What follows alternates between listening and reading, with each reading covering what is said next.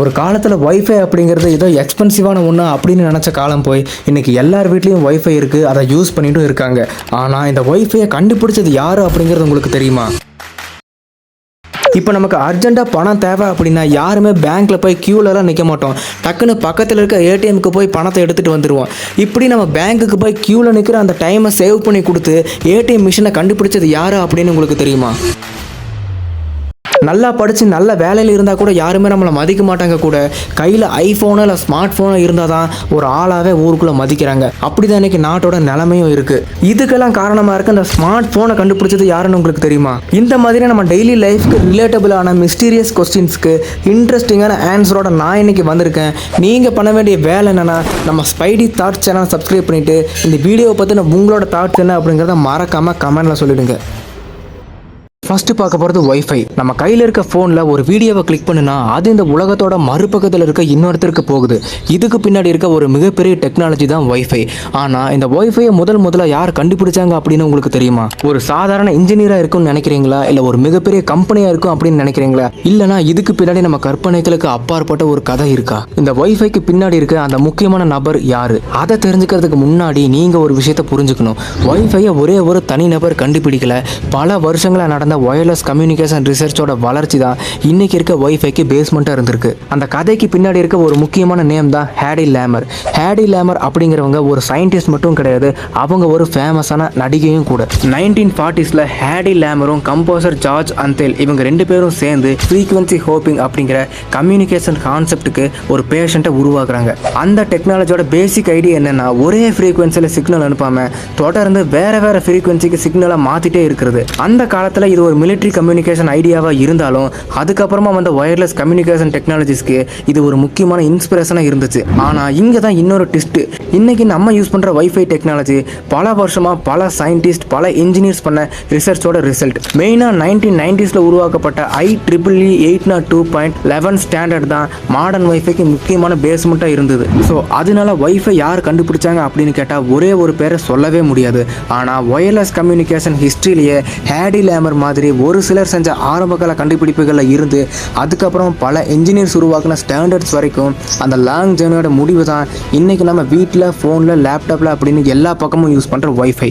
ஒரு காலத்தில் ஃபோன் அப்படின்னா யாருக்காவது கால் பண்ணுறதுக்காக மட்டுமே யூஸ் பண்ணப்பட்ட ஒரு டிவைஸாக மட்டும்தான் இருந்துச்சு. ஆனால் இப்போ அப்படி இல்லை. ஒரு ஸ்மார்ட் ஃபோனுக்குள்ளேயே camera, internet, map, banking, social media, games, ஏன் ஒரு கம்ப்யூட்டர் செய்யக்கூடிய பல வேலைகளை ஒரு ஸ்மார்ட் ஃபோன் செய்யுது. ஆனால் இந்த ஸ்மார்ட் ஃபோன் அப்படிங்கிற கான்செப்டை ஃபஸ்ட்டாக யார் கொண்டு வந்தாங்க அப்படின்னு உங்களுக்கு தெரியுமா? 1994 அமெரிக்காவில் இருக்க IBM அப்படிங்கிற ஒரு கம்பெனி சைமன் பர்சனல் கம்யூனிகேட்டர் அப்படிங்கிற ஒரு டிவைஸை இன்ட்ரடியூஸ் பண்ணுறாங்க.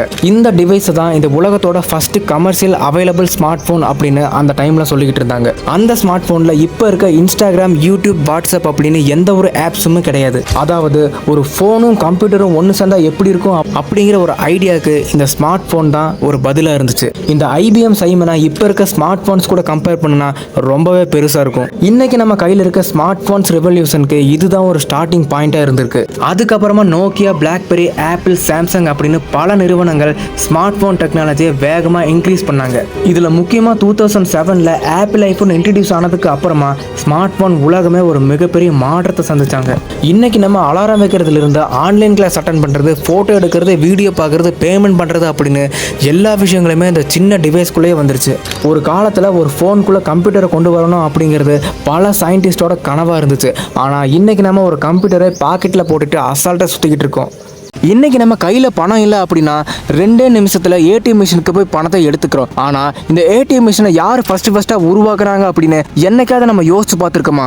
ஆனால் ATM மிஷின் உருவாகிறதுக்கு முன்னாடியெல்லாம் நம்ம பணம் எடுக்கணும் அப்படின்னா பேங்க் ஓப்பன் ஆகிற கரெக்டான டைமுக்கு நம்ம அங்கே போகணும். அது மட்டும் இல்லாமல் நம்மளை மாதிரியே நிறைய பேர் பணம் எடுக்கிறதுக்காக பேங்க்குக்கு வந்திருப்பாங்க.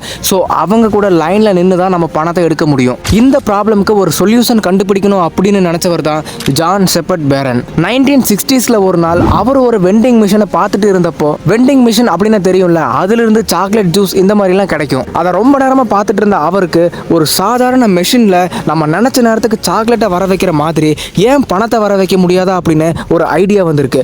உடனே அவர் டைம் வேஸ்ட் பண்ணாம டக்குன்னு ஒரு மிஷினை டெவலப் பண்ண ஆரம்பிச்சிட்டாரு. அதுக்கப்புறமா 1967ல லண்டன்ல இருக்க பார்க்லேஸ் பேங்கோட ஒரு பிரான்ச்சில் தான் இந்த வேர்ல்டோட ஃபர்ஸ்ட் ஏடிஎம் மிஷின் இன்ட்ரடியூஸ் பண்ணப்பட்டுச்சு.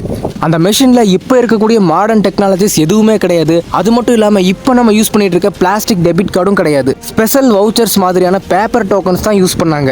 அதுக்கப்புறமா தான் PIN system, electronic cards, network connection அப்படின்னு கொஞ்சம் கொஞ்சமாக டெக்னாலஜி டெவலப் ஆகி இன்னைக்கு நம்ம கிட்ட இருக்க மாடர்ன் ஏடிஎம் உருவாச்சு.